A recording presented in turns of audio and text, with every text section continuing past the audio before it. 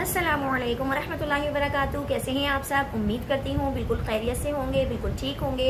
अल्लाह ताला आपको हमेशा हमेशा हमेशा इसी तरह सारी ज़िंदगी हंसता रखे, मुस्कुराता रखे। आपकी उम्र में, आपके इल्म में, आपके अमल में अल्लाह ताला ढेरों सारी बहुत सारी बरकतें दे। अल्लाह ताला आपको ज़िंदगी के हर इम्तिहान में कामयाबी, कामरानी नसीब अता फरमाए। अल्लाहुम्मा आमीन सुम्मा आमीन। हम ये तो मानते हैं कि सब अल्लाह की मर्जी से होता है, मगर ये नहीं मानते कि जो अल्लाह करता है ना हमारे लिए वो बेहतर करता है। अब आप देखें, यूसुफ अलैहिस्सलाम को जब कुएं में बेयारो मददगार छोड़ दिया गया तो उन्हें क्या पता था कि अब उनका क्या होगा। उन्हें मिस्र ले जाया गया, गुलाम बना लिया गया, यहाँ तक कि एक लंबी कैद तक काटनी पड़ी, मगर हर तदबीर के पीछे अल्लाह की हिकमत थी। अगर कुएं में ना गिरते तो वहां से गुजरने वाले काफले के साथ मिस्र ना पहुंचते, वहां गुलाम की तरह ना बिकते तो महल तक कैसे पहुंचते और बिला आखिर बादशाह कैसे बनते। अगर वो रब ऐसे आजमाता है जो आपने सोचा नहीं होता तो सिला भी ऐसा ही देता है जो गुमान तक में नहीं आया होता। बस सारी बात यकीन, ईमान और सब्र की है। बेशक अल्लाह ताला फरमाता है, अनकरीब हम तुम्हें इतना देंगे कि तुम खुश हो जाओगे। बेशक बिल्कुल ठीक, और अल्लाह ताला हमें देता ही रहता है, कभी देने में कोई कमी करता ही नहीं है।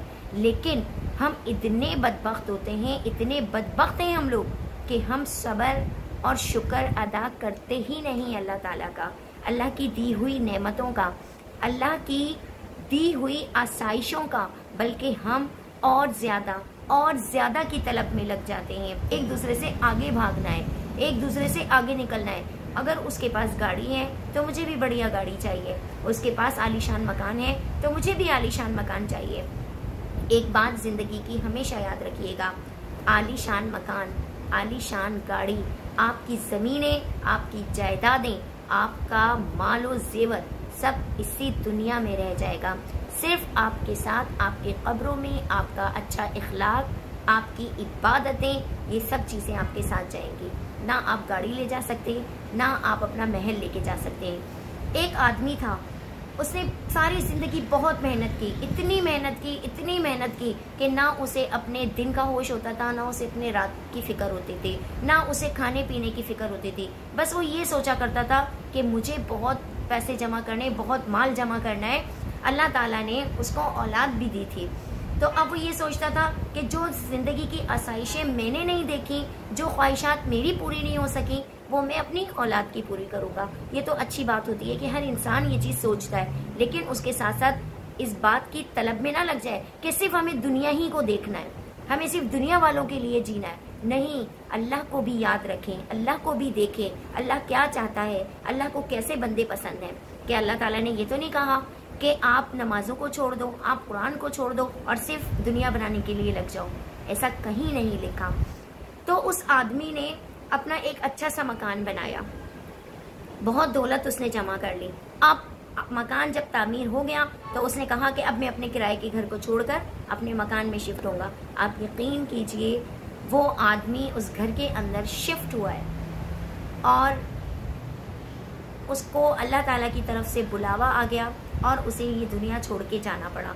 तो क्या उस इंसान को ये बात पता थी कि मैंने जो घर बनाने के लिए अपनी पूरी ज़िंदगी लगा दी, पूरी अपनी जवानी मैंने गुजार दी, आज मैं इतनी बड़ी बिल्डिंग बना के बैठा हूँ कि मैंने अलग अलग पोर्शन कर दिए, ये मेरे इस भाई का है, ये मेरे इस भाई का है। उसे अपने बाप का भी हक पूरा कर दिया, लेकिन उसको उस घर में रहना नसीब नहीं हुआ। तो देखें, ज़िंदगी का कोई भी भरोसा नहीं है।